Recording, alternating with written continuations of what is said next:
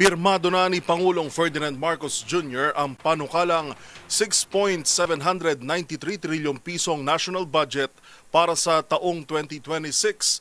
Pinakamalaking pondo ang inilaan para sa pagpapaunlad ng mga pampublikong paaralan na sinundan ng health sector na inaasahang makatutulong din sa pagpapalawak ng Zero Balance Billing Program.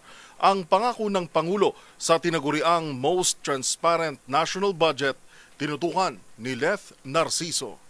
Ganap ng batas ang 6.793 trillion peso na pambansang pondo ngayong taon.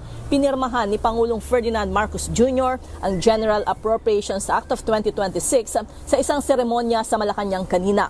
Sa ilalim ng pambansang pondo, pinaglaanan ng pinakamalaking alokasyon ang sektor ng edukasyon na nagkakahalaga ng higit 1 trillion pesos na sinundan ng health sector na may 448 billion pesos, agrikultura na may 297 billion pesos at social services na may 270 billion pesos.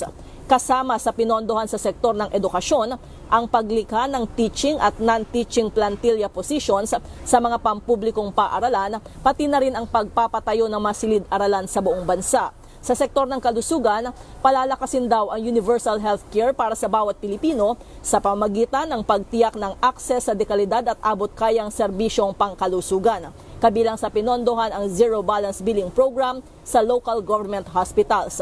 Sa sektor ng agrikultura, tuloy ang modernisasyon ng supply systems at suporta sa mga magsasaka at mangingisda. Sa social services sector, magiging prioridad daw ang pagpapabuti sa kalidad ng pamumuhay ng mga Pilipino. Sa kanyang talumpati, sinabi ni Pangulong Marcos na mahigpit na ipatutupad ang probisyon na nagbabawal sa mga politiko na lumahok sa distribusyon ng ayuda o anumang uri ng tulong pinansyal. Titiyakin rin anya na ang tulong ay mapupunta sa karapat-dapat ng mga benepisyaryo ng walang patronage, walang bawas at walang kulang. Binanggit rin ng Pangulo na mayroong mga items sa GAA na kanyang vinito at nagkakahalaga ito ng kabuang 92.5 billion pesos. Sa huli, tiniyak ng Presidente na ang budget ng bayan ay para sa mga tao at hindi hahayaang mapunta sa kurakot ang salaping pinaghirapan ng bawat Pilipino. Sa ating mga kababayan, dama po namin ang inyong agam-agam at pangamba sa nakaraang budget. Kaisa ninyo ako sa pagnanais na masiguro ang bawat pisong buwis ay mapupunta sa tamang proyekto at sa tunay na pangangailangan ng ating taong bayan. Naririnig namin po kayo. Sa national budget ng 2026, malinaw ang direksyon ng inyong pamahalaan. Magiging mas masinop, mas maingat, mas responsable kami sa paggastos ng pondo ng bayan.